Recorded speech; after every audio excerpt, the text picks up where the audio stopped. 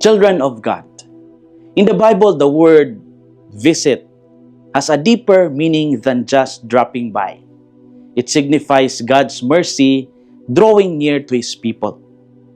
When God visits, He does not come as a distant observer, but as a loving Father who steps into human life to heal, forgive, and restore.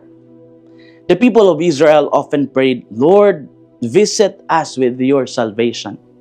Every divine visitation brought hope. When God visited Sarah, she conceived.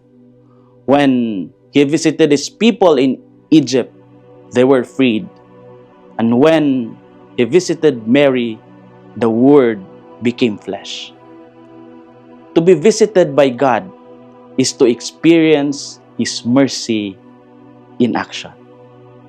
Through the birth of His Son, God visits humanity once more.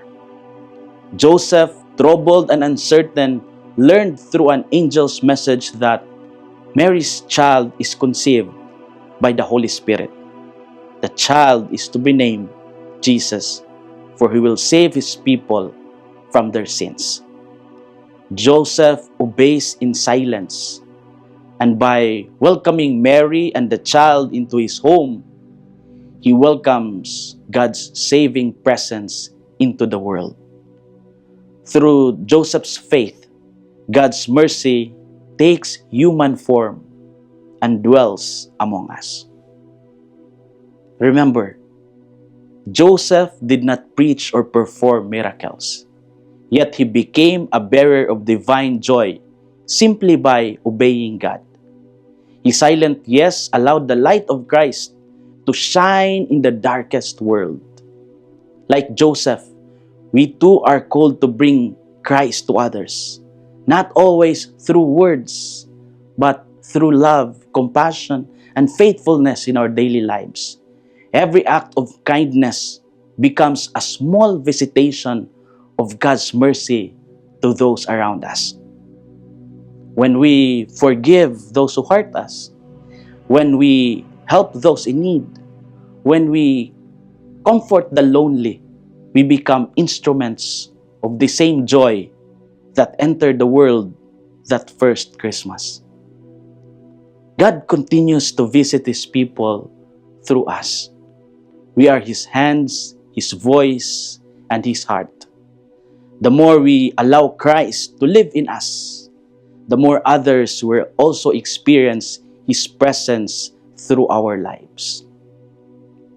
Children of God, let's open our hearts to God's merciful visitation and become bearers of that mercy to others.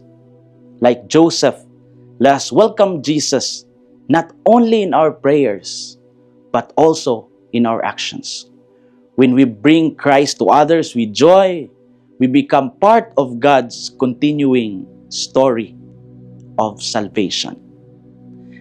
This is Father Felmar, SVD, your Good News caster from Radio Veritas Asia, the voice of Asian Christianity. Thank you for watching and listening. Stay inspired every day with our daily reflections. Be part of our growing online community of faith and inspiration. Don't miss a single reflection. Follow us on our social media platforms